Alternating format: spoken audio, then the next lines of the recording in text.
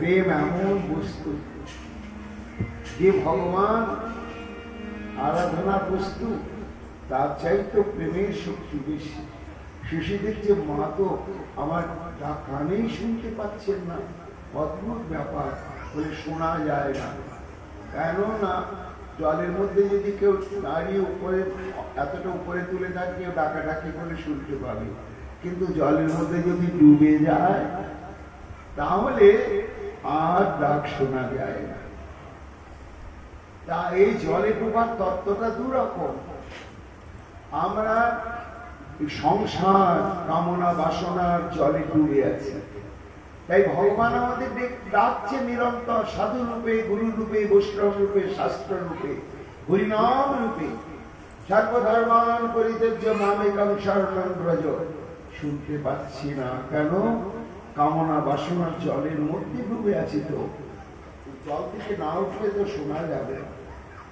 তাই সংসারী মানুষ যেমন ভগবানের ডাক শুনতে পাচ্ছে না সংসার সমুদ্রে ডুবে থাকার জন্য, আর মা যশোমতী আমার বাৎসল্য প্রেম সমুদ্রে ডুবে গিয়েছে। তাই বাৎসল্য প্রেম সমুদ্রে ডুবে গিয়ে গোপালের ডাক আর শুনতেই পাচ্ছেন না। গোপাল দেখছে দাঁড়াও, কি করে শুনবে না তুমি? তখন ধীরে ধীরে গৃহীত দাদী মন্থন নেষেধার প্রীতিমা বহন গিয়ে ওই মন্থন দণ্ডটাকে কটকট করে চেপে ধরেছে, আর ঘুরছে না। যে ঘুরছে না, কমলি মায়ের চমক ভেঙে গেল। করে না কেন? তাকিয়ে দেখছি গোপাল চেপে ধরে আছে। মায়ের একবারে হেসে তাড়াতাড়ি বুকের মধ্যে জাপড়ে জড়িয়ে ধরে বলছি, ওরে দুষ্টু, এই বয়সে তো এত বুদ্ধি কে শেখালো রে? অনেক আমরা ডাকাডাকি করছি, আর এটা চেপে ধরলে যে আর যদি মন্থন হবে না, এই বুদ্ধিটা তো শিখ পেয়েছে। আমার কিন্তু তোর জন্য করছি সোনা, এই তো আর একটু হলে হয়ে যায়, তারপরে তোকেই ভোজন করবো না, আমি এখনই তোমার স্তনদুগ্ধ পান করবো। উপায় নেই, মা যশোমতী গোপালকে কোলে নিয়ে অমৃত স্রাবী স্তনবৃন্দ বদলে দিয়েছে। গোপাল পান করছেন বাৎসল্য প্রেম রস, মান করাচ্ছেন বাৎসল্য প্রেমবতী মা যশোমতী। মহাকাল এখানে স্তব্ধ হয়ে গিয়েছে। উনানে দুধ জাল হচ্ছিল, দুধ মনে করলো হায়, এ মায়ের বাৎসল্য প্রেম ও রস মিশ্রিত এই দুগ্ধ পান করে গোপালের পেট ভরে গেলে আমি গরুর দুধ আর আমাকে পান করবে না, আমি আর গোপালের সেবায় লাগলামই না। আমার এই গোকুলে জন্মই পেটা হয়ে গেল, তো যখন আমি আর সেবায় লাগবোই না, তা বেঁচে থেকে লাভ কি? তাই দুধটা উঠলে আগুনের মধ্যে ঝাঁপিয়ে ঝাঁপিয়ে পড়ছে। মা যশোমতী হঠাৎ দুধ উঠলে আগুনে পড়ার শব্দটা শুনেই দেখছে আর সর্বনা কুসুমার নাম নাম নাম, আরে নাম তো। অতৃপ্ত গোপাল পেট ভরে দিয়ে টেনে এসে জোর করে নামিয়ে দিয়ে দুধ সামলাতে চলে গেলেন। এটা কেমন হলো গুরুদেব? তত্ত্বে যিনি এতে চান সে কলাপুরুষের কৃষ্ণস্থ ভগবান স্বয়ং তাকে টেনে হিসেবে ফেলে দিয়ে দুধের কাছে চলে গেলেন। মায়ের কি ভগবানের চাইতে দুধটাই বড় হয়ে গেল? সত্যমণি বলছে ক্রিয়াটা একই রকম, কিন্তু তত্ত্ব গভীর। আমরা যেমন সংসারের কাজে প্রাধান্য গুরুত্ব দিয়ে ভগবানকে ঠেলে রেখে দিয়েছি, ও হয়নি বয়স এখন, আর পরে ভজন করা যাবে, এই যাবে করতে করতে চলে গেলাম, তা তো আজকে বড় না, বিষয় আমাদের কাছে বড়। তো মা যশোমতী কি আমাদের মতনই হলেন? তাহলে কেন মা যশোদা কেন? সুকুমারী বলছে না না না, এখানে গোপালকে ফেলে নামিয়ে দিয়ে দুধটা বড় কেন হলো তার তত্ত্ব আছে না। গোপালকে যে আমি বুকে নিয়ে আদর করবো, গোপালের নাদুস নুদুস চোখে ধরা সুন্দর চেহারাটা যদি ঠিকভাবে এই দধি দুগ্ধ মাখন ভোজন করানো না যায়, গোপাল এত সুন্দর থাকবে না। গোপাল যদি সুস্বাস্থ্য নিয়ে সুন্দর না থাকে, আমি বুকে নিয়ে আদর করে সুখ পাবো কি করে? এই জন্য গোপাল যাতে স্বাস্থ্য নিয়ে সুস্থ থাকে, সুন্দর থাকে, তার একমাত্র উপায় হচ্ছে ওই দুধ। সেই দুধটাই যদি নষ্ট হয়, গোপাল খেতে পাবে না, গোপাল রোগা হয়ে যাবে, আদর করবো। এই জন্য আমরা যেমন ভগবানকে ভুলে বিষয় ভোগের তাড়নায় বিষয়কে প্রাধান্য দিই, আর কৃষ্ণ ভক্তগণ কৃষ্ণ প্রীত্যার্থে সমস্ত কৃষ্ণের সেবাযোগ্য বস্তু প্রাধান্য দেয়। দুধটা সামলাচ্ছেন, এই রাগ হয়ে গেল, কেননা পেট ভরেনি, কোল থেকে টেনে নামিয়ে দিয়েছে মা। বলে এই নদী ভাণ্ডটাই যত বদমাস দাঁড়া। একটা ছোট্ট পাথরের টুকরো ছিল, নিয়ে সে ভাঁড়টাকে ভাঙবার জন্য ভাঁড়ের গলার দিকে এমনি আঘাত করছেন, আর দইটা তো ভাঁড়ের অর্ধেক থেকে নিচ দিকে আছে, উপরে ফাঁকা রয়েছে, তো খালি অংশ আছে, তো যে আঘাত করছে তো ঠং ঠং ঠং ঠং করে বাজছে, যেন মাকে জানিয়ে দিচ্ছে, ও মা মা তোমার গোপালে দেখো আমাদেরকে ভেঙে দিচ্ছে।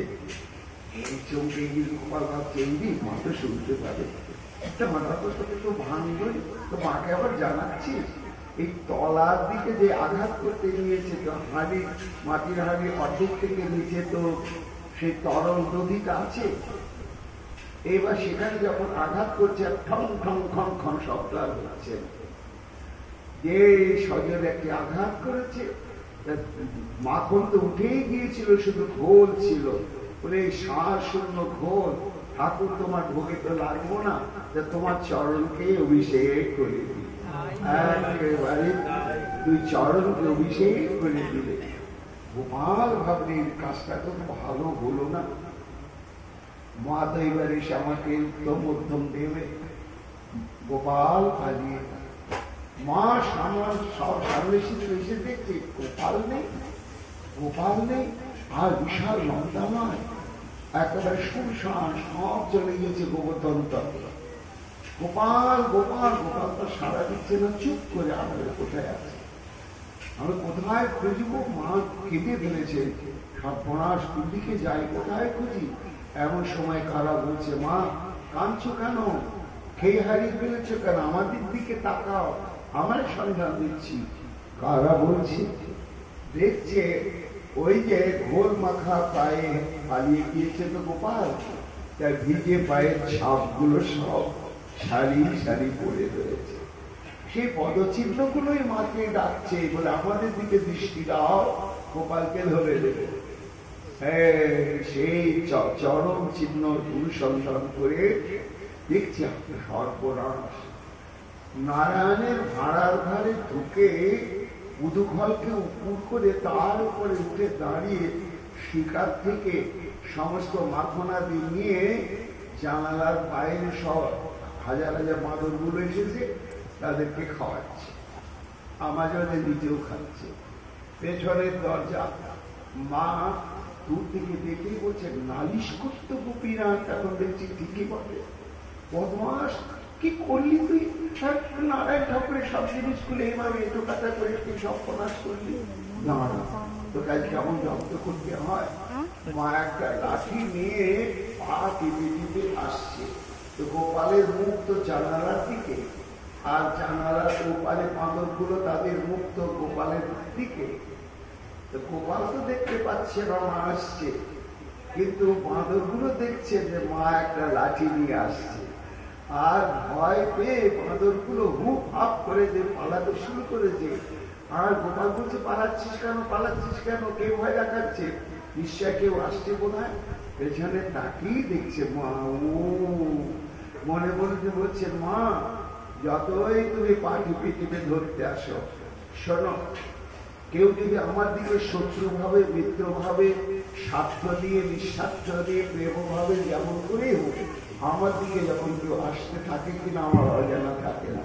কিন্তু জেনে রাখো মা, আমি যদি ধরা না দিই তাহলে জগতে কে আমাকে ধরবে? এই বলে গোপাল দিল এক দৌড়।